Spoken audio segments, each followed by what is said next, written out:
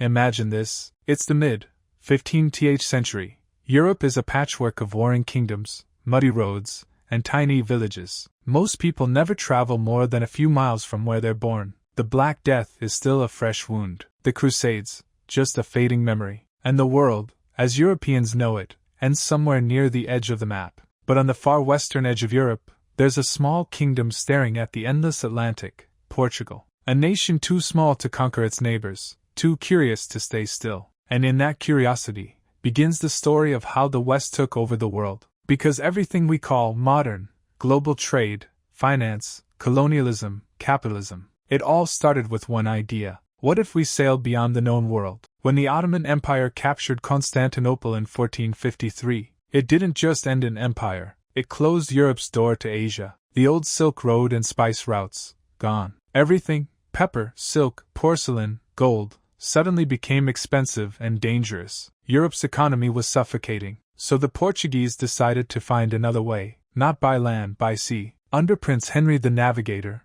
Portugal turned exploration into a science. They built better ships, the caravels, faster, lighter, and designed for long ocean voyages. They studied the stars, the winds, the currents. They made better maps, and most importantly, they dared to use them. Year after year, Portuguese sailors pushed further down the African coast, each voyage a little braver, a little longer. Cape Bojador, Cape Verde, the Gulf of Guinea, and then, in 1488, Bartolomé Dias became the first man to round the southern tip of Africa, the Cape of Good Hope. That one journey changed everything. It proved the oceans connected the world. And a decade later, Vasco da Gama would sail all the way to India, opening a sea route that bypassed the Ottomans completely. Portugal had just unlocked a new world, literally. The effect was immediate. Gold and ivory from Africa, spices from India, silk from China, all began flowing into Lisbon, a city that, almost overnight, became the beating heart of world trade. By 1500, Portugal was punching far above its weight. Trading posts and forts spanned 4 continents, from Goa to Mozambique, from Macau to Brazil. Its currency, the Portuguese real, was accepted across Asia and Africa. Lisbon's harbor filled with ships carrying cinnamon, pepper, porcelain, goods Europe had only dreamed of. This tiny nation of fishermen had become a maritime superpower. They didn't just trade, they controlled trade. The sea became their empire, and maps, their weapons. But here's the thing about power. It spreads faster than anyone can control it. Portugal's success inspired others, Spain, France, England, the Netherlands, to go out and grab their own piece of the world. The race for empire had begun. For a while, Portugal seemed unstoppable. Every year brought new discoveries, new colonies, new wealth. But empires are expensive. Every fort had to be manned. Every colony needed ships, soldiers, administrators. And every battle cost silver. Soon, maintaining this vast oceanic web began to drain the treasury. The country's population was tiny, barely 1 million. Yet they were trying to run an empire that stretched from Brazil to Japan. It couldn't last. And then came politics, the curse of every small kingdom. In 1580, the Portuguese king died without an heir. Spain swooped in and took control. For 60 years, Portugal ceased to exist as an independent power. Just like that, the world's first true global empire was gone. Yet, the spark Portugal had lit refused to die. Because once Europe realized that wealth and power could be found beyond its borders, the idea of empire became irresistible. Spain took the torch next,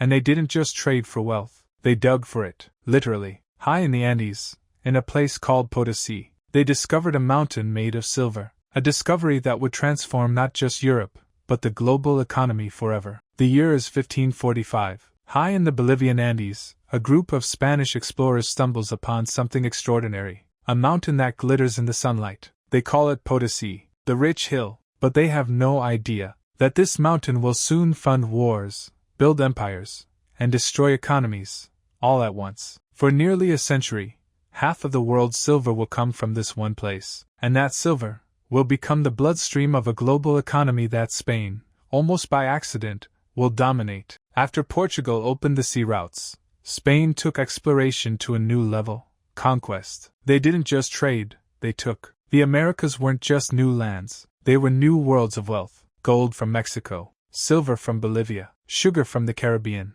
The Spanish Empire became a machine built to extract and ship riches back to Europe. In the city of Potosi, miners carved deep into the mountain, through veins of silver so rich they said you could build bridges out of the ore. The Spanish melted it down, minted it into coins, the famous pieces of 8, stamped with a P for Potosi, and those coins traveled everywhere, from Seville to London, from the Ottoman Empire to the Ming dynasty. They became the first truly global currency. Think about that for a moment. In the 16th century, a coin made in South America could buy silk in China. Globalization had begun. For about 100 years, Spain sat at the top of the world. Its ships ruled the oceans. Its kings ruled continents. If the Portuguese had built the highways of global trade, the Spanish were now driving caravans of silver across them. Every month, massive fleets, the Spanish galleons, left the Americas loaded with treasure. They crossed the Atlantic, sailed through the Caribbean, and returned to Spain. From there, silver flooded Europe's markets. It paid for wars, for palaces,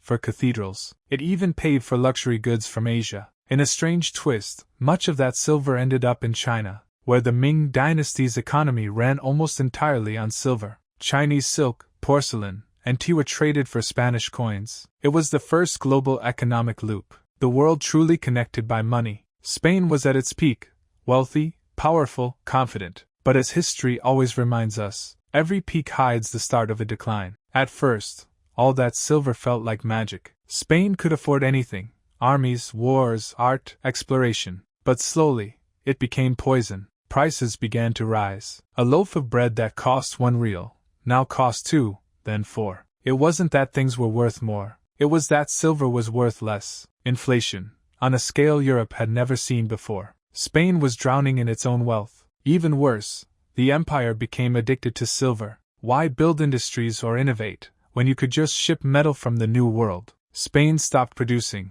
and started consuming. Factories closed, debts piled up, and the silver, once endless, began to run out. By the time King Philip II took the throne, Spain was already in financial chaos. He inherited a mountain of debt, 36 million ducats, and an annual deficit that no amount of silver could fix. He defaulted not once, not twice, but 4 times. The richest empire on earth was broke. By the early 1600s, the mines at Potosi were drying up. The easy silver was gone. The tunnels were collapsing. Production fell by half, and Spain's magical river of wealth turned into a trickle. Meanwhile, new rivals were watching. The Dutch Republic, a tiny cluster of provinces up north, was studying Spain's mistakes. They didn't have colonies full of silver, but they had something Spain didn't: brains, discipline, and trade networks. While Spain spent its treasure on wars and luxury, the Dutch learned how to make money move. They invented systems that would change the world: banks, insurance, stock exchanges. And when Spain's power finally crumbled under the weight of its own debt, the Dutch were ready to take the throne,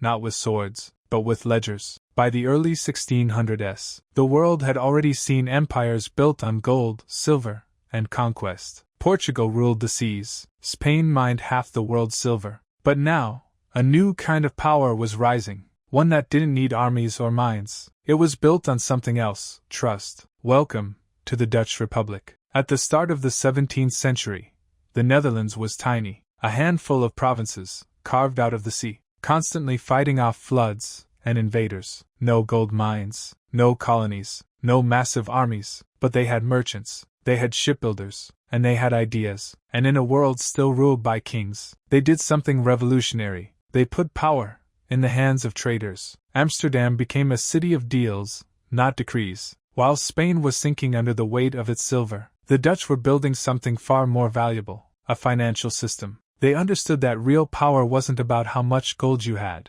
but how fast your money could move. In 1602, something remarkable happened. The Dutch founded the Verenigd Oostindische Company, the Dutch East India Company. It was the first joint stock company in human history, a business where ordinary people could buy shares, fund voyages, and earn profit if those voyages succeeded. It was capitalism in its purest form. Risk, investment, reward. Instead of one king funding ships, now thousands of investors could. The risk was shared, and so were the riches. Trade turned into an industry. Investment became a science. Soon, the Amsterdam Stock Exchange opened, the first of its kind in the world. There, merchants traded shares like others traded spices. Prices went up and down, with rumor and risk. For the first time in history, wealth wasn't mined or conquered. It was calculated, but trading meant little without trust. People needed a safe way to move money across borders. So in 1609, the Dutch created the Bank of Amsterdam, a revolutionary idea for its time. It wasn't just a vault, it was a clearinghouse,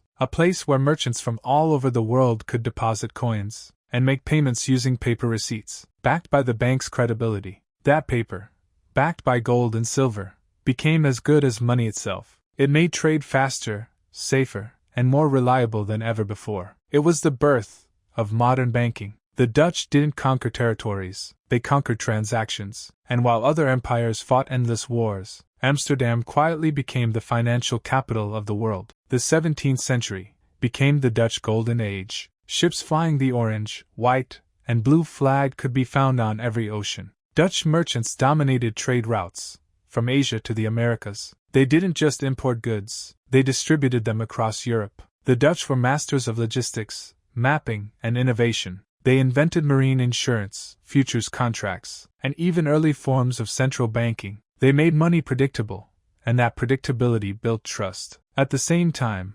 Amsterdam became a haven for thinkers, artists, and exiles. While much of Europe was torn apart by religious wars, the Dutch embraced tolerance, not out of idealism, but out of practicality. Trade needs peace, and peace needs open minds. So while other empires burned witches and heretics, the Dutch built libraries and markets. But even brilliance has limits. As their power grew, so did their enemies. England, once a trading partner, became a rival. And while the Dutch had mastered finance, the British had mastered something else: industry and scale. In 1780, the Fourth Anglo-Dutch War broke out. Britain blockaded Dutch ports, sank their fleets, and cut off their trade routes. The war devastated the Dutch economy. Their once mighty East India Company went bankrupt, and Amsterdam's golden glow began to fade. The age of merchants was ending. The age of machines was about to begin. By the late 1700s, Europe had changed beyond recognition.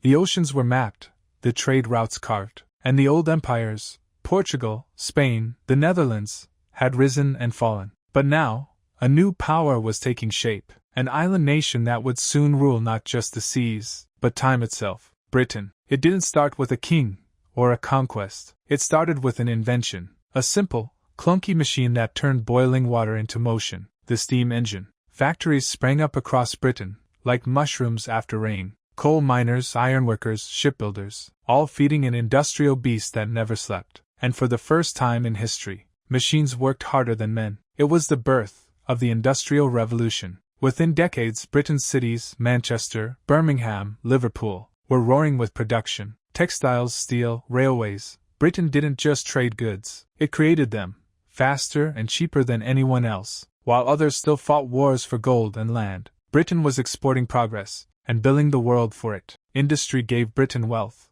wealth gave it power, and power demanded expansion. By the 1800s, British ships covered every ocean. The sun, quite literally, never set on the British Empire. From India to Africa, from Australia to Canada, a quarter of the world's land and people were under British control. And at the heart of it all was one symbol, the pound sterling. Wherever the British flag flew, the pound followed. It became the standard of trade, the backbone of global finance. London wasn't just a city anymore, it was the financial capital of the world. Banks, insurance houses, stock exchanges. Britain didn't just make goods, it made the rules. After centuries of silver and paper promises, Britain did something revolutionary. It tied its currency to gold. The gold standard turned money into math. Every pound, backed by a fixed amount of gold. No inflation, no guesswork, just trust. And the world loved it. By the 19th century, over half of all international trade was conducted in pounds. If Portugal had discovered the world,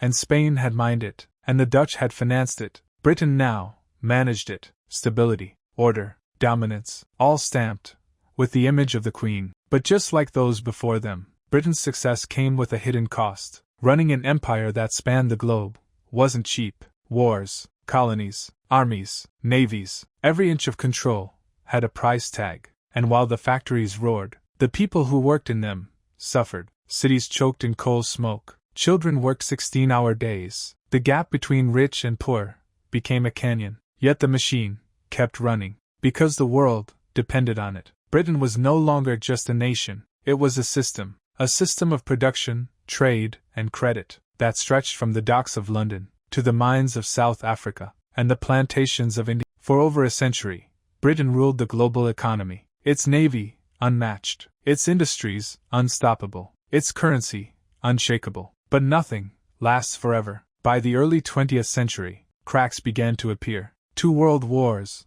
drained its coffers, its colonies grew restless, and across the Atlantic, a new player was rising fast: the United States. The same pattern that had begun with Portugal was repeating once again: innovation, dominance, overextension, decline. In 1944, as Britain struggled to recover from the devastation of war, leaders from around the world gathered in a quiet mountain hotel in New Hampshire to decide the future of global finance. There, at Bretton Woods, Britain quietly passed the torch to America. The pound had ruled the world for 2 centuries. Now, it was the dollar's turn. And that's how it happened, how a handful of small kingdoms on the edge of Europe came to dominate the planet for nearly 500 years. They mapped the seas, they built the banks, they fueled the industries, they wrote the rules. But beneath every empire's success was the same story: ambition, innovation, and eventually, exhaustion. The West didn't conquer the world with guns or ships. It conquered it